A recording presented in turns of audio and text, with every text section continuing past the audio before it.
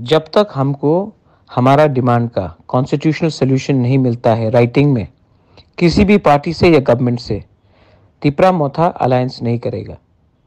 हमको सब पार्टी बुलाते हैं, सब पार्टी बात कर रहे हैं, लेकिन हमने सबको बोला है कि अगले 24 घंटे तक अगर राइटिंग में नहीं दिया हमारा डिमांड तो हम ये इलेक्शन खुद फाइट करेंगे।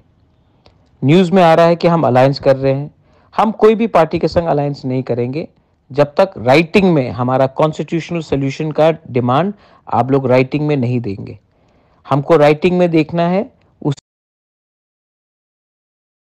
हमको राइटिंग में देखना है, उसी के बाद हम बात करेंगे, वरना हम अपने इलेक्शन में अकेले लड़ने के लिए तैयार हैं।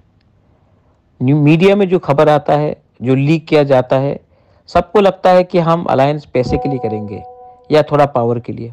हमारा एक भी एमएलए मिनिस्टर में नहीं बैठेगा, एक भी एमएलए गवर्नमेंट में नहीं बैठेगा जब तक हमारा डिमांड राइटिंग में नहीं दिया जाएगा फॉर आवर कॉन्स्टिट्यूशनल सोल्यूशन। संविधान में लिखा जाना पड़ेगा, कानून बनना पड़ेगा, आयन बनना पड़ेगा, तब ही हम बात करेंगे, वरना हम बात नहीं करेंगे। अगर बात करना है तो राइटिंग में भेजिए, वरना इलेक्शन में लड़िए।